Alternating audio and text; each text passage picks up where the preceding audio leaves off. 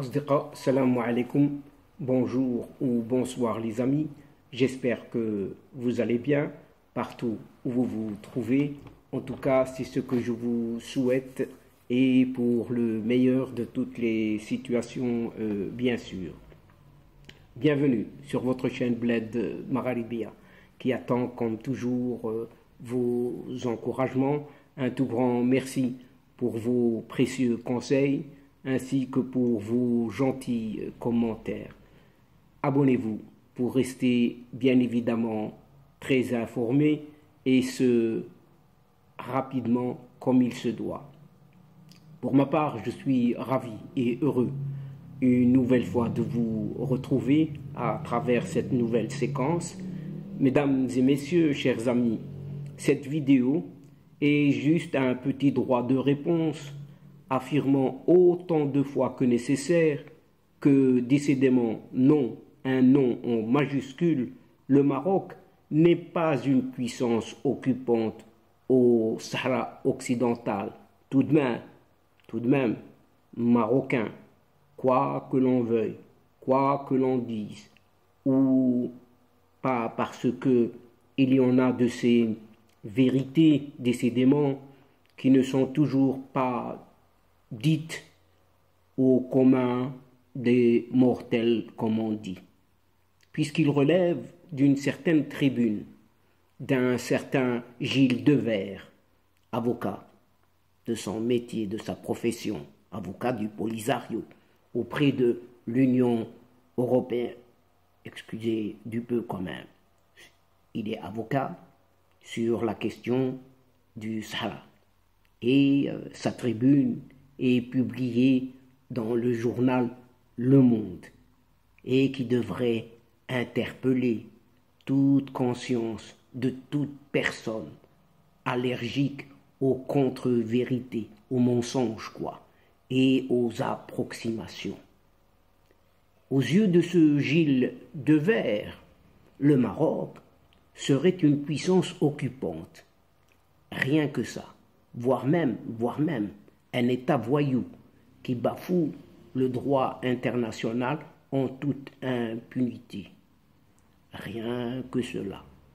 Ce Gilles Devers, avocat, on le répète ici, du Polisario, eh bien ce Gilles Devers ignore ou bien confond sciemment, exprès, des faits historiques, tout simplement, dans sa quête d'induire en erreur le public non avisé de la question du Sahara donc. Dans son analyse, foncièrement à charge contre le Maroc, ce Gilles Devers passe sous silence le fait que le Maroc a été le seul pays à revendiquer ce territoire entre 1956 et 1965. La Mauritanie a commencé également à le revendiquer pour pousser le Maroc à reconnaître cette même Mauritanie comme un État indépendant, puisqu'elle ne l'était pas encore à cette époque. Et cette tribune de ce Gilles Devers feint également d'oublier que c'est à l'initiative du Maroc, en un certain mois de décembre 1966, que l'Assemblée générale de l'ONU a adopté une certaine résolution, en l'occurrence la 2229, demandant à l'Espagne de permettre aux Sahraouis de décider de leur propre avenir. Jusque-là, l'Assemblée onusienne appelait l'Espagne à négocier avec le Maroc le sort d'Ifni et celui du Sahara espagnol, qui était appelé comme cela à cette époque. Ensuite, parce que la partie espagnole n'a pas montré aucune volonté de le faire, de négocier donc, le Maroc l'a appelé à permettre aux Sahraouis de disposer de leur propre sort par le biais d'un référendum à cette époque toujours. Et lorsque le Maroc a opté pour cette solution, il a précisé que cela ne signifiait en aucun cas qu'il renonçait à ses revendications de souveraineté sur le territoire. Et cet auteur, ce Gilles Devers, auteur de cette publication, de cette tribune, passe également sous silence que lors du 18e sommet de l'Organisation de l'Unité africaine au Kenya, en un certain mois de juin 1981, un certain roi, Hassan II, avait proposé la tenue d'un référendum au cours de l'année 1982, cette fois-ci. Une proposition que l'Algérie et le Polisario avaient bien évidemment rejetée. Le Polisario avait également refusé la proposition marocaine de baser le dit référendum sur le recensement d'une certaine année, 1974. Près de 3 décennies plus tard, face à l'échec de l'ONU à organiser un référendum, son secrétaire général de l'époque, un certain Kofi Annan, a en février 2000 demandé à son envoyé personnel, un certain James Baker, d'explorer les différents moyens de parvenir à une solution politique consensuelle. Mais entre-temps, lors d'une rencontre justement avec ce James Baker en novembre 2001 au Texas, un certain président algérien, un certain Petit Abbé, avait proposé, ni moins ni plus, une partition de ce territoire disputé, offre que le Maroc, bien évidemment, a formellement rejeté. Mais si cette Algérie et ce Polisario tiennent tant au principe de l'autodétermination, pourquoi alors l'ont-ils bafoué à 2 reprises? D'abord en 1981 et ensuite en 2001, d'autant plus que ce Polisario n'est pas le représentant légitime de tous les Sahraouis. Et puisque cette organisation a été créée par une certaine Algérie à une certaine époque, avec un certain Mohamed Ben Brahim Bouharouba, alias Houari Boumediene, pour soi-disant représenter des Sahraouis hors du territoire sahraoui lui-même. Et tous ces Sahraouis qui sont retenus en cette partie orientale sont restés, donc ces Sahraouis sont restés tout ce temps en exil, et ils le sont toujours. Ainsi, ce Polisario ne peut prétendre représenter tous les Sahraouis, a fortiori ceux qui vivent au Sahara marocain, tant méridional qu'occidental. Il ne représente que les Sahraouis sans voix dans les camps de Tindouf, et encore, dont la majorité provient plutôt du Niger, du Mali, de la Mauritanie, et surtout de sa créatrice qu'est cette Algérie. Ce séparatiste Polisario a créé sa légitimité par des moyens trompeurs et grâce au soutien de sa maman algérienne et de médias dont la couverture tend à omettre les subtilités et autres nuances du conflit. Et depuis les toutes premières traditions de ce territoire, le seul représentant légitime des Sahraouis était ce qu'on appelait la Jma'a, ou assemblée, qui fut élue par les chefs des tribus. Le 12 octobre 1975, la Jma'a et le Polisario ont tenu une réunion à Ain Bentili, au terme de laquelle le Polisario a déclaré qu'il étudierait la proposition de la Jma'a. Et fin octobre de la même année, la Jma'a a tenu un meeting à Giltet Zemmour. Et selon le journaliste américain David Lynn Price, il existe 3 versions relatives aux conclusions de cette rencontre. Selon la première version, 74 membres sur les 103 membres de la Jma'a ont voté en faveur de l'intégration avec le Maroc et la Mauritanie. D'après la deuxième version, défendue par cette fois-ci l'Algérie, 67 membres ont prêté allégeance au Polisario en tant que représentants légitimes des Sahraouis.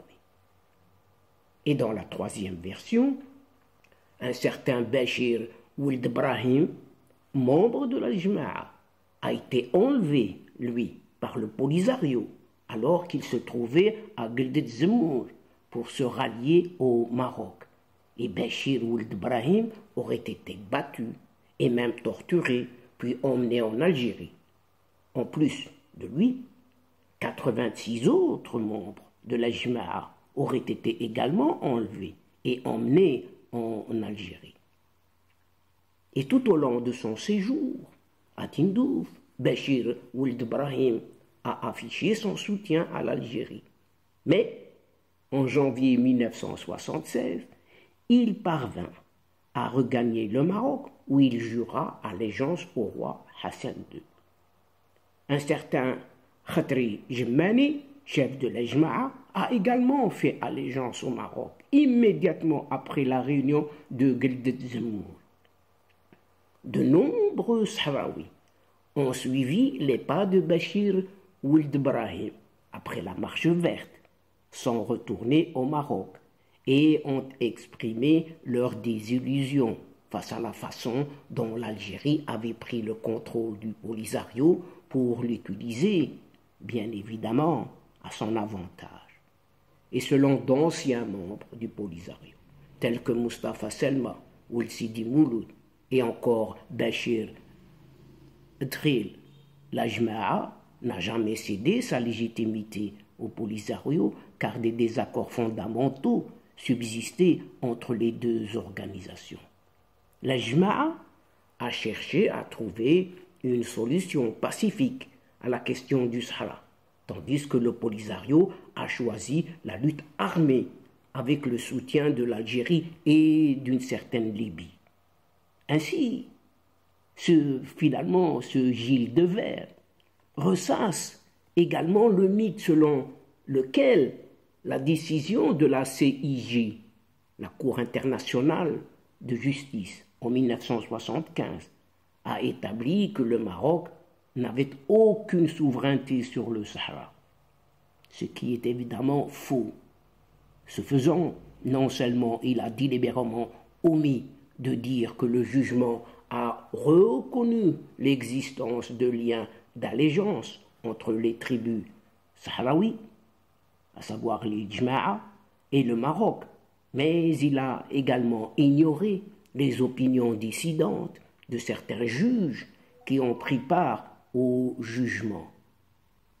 Le premier était le juge Fouad Ammoun, qui a déclaré qu'il existait bel et bien des liens juridiques à caractère politique entre le territoire du Sahara et le Maroc, et d'ajouter qu'en tout état de cause, l'allégeance au sultan en tant que chef d'État équivalait à l'allégeance à l'État lui-même. Le second était le juge Isaac Forrester. Isaac Forrester qui a exprimé son désaccord catégorique avec la conclusion de la Cour internationale de justice. Le juge Isaac Forrester a en particulier exprimé sa consternation face à la manière euro-centrée avec laquelle les juges ont abordé ce conflit, comme si la structure étatique du Maroc devait ressembler à la structure étatique des pays européens. Pour Isaac Forrester, la Cour internationale de justice aurait dû faire l'effort de ne pas voir les problèmes africains à partir de grilles de lecture foncièrement européennes. Outre Isaac Forrester et Fouad Ammoun, Le juge Alphonse Boni a remis en cause le caractère légal de l'arrêt de la Cour internationale de justice. Alors même qu'il avait voté en faveur des deux questions portées devant le tribunal, le juge Alphonse Boni est resté convaincu que ce dernier ne tenait pas suffisamment compte du contexte local, entre guillemets. Et Alphonse Boni a déclaré que le tribunal avait ignoré les liens religieux entre les sultans marocains et les Sahraouis, liens en vertu desquels les sultans étaient les commandeurs des croyants. Et le juge Alphonse Boni a ainsi assuré que la population locale considérait les sultans comme leurs chefs pour les affaires religieuses et temporelles. Et contrairement aux allégations de cet avocat du Polisario, Gilles Devers donc, le verdict consultatif de la Cour internationale de justice n'est plus une référence dans le processus onusien de résolution du différend autour du Sahara. Désormais, ce sont les résolutions du Conseil de sécurité qui constituent le principal ou la principale référence pour toute discussion sur la solution à adopter afin de sortir de l'impasse politique et diplomatique. Or, depuis 2007, toutes les résolutions du Conseil de sécurité de l'ONU mettent un accent tout particulier sur le fait que toute solution du conflit devrait être basée sur le compromis et guidée par le réalisme.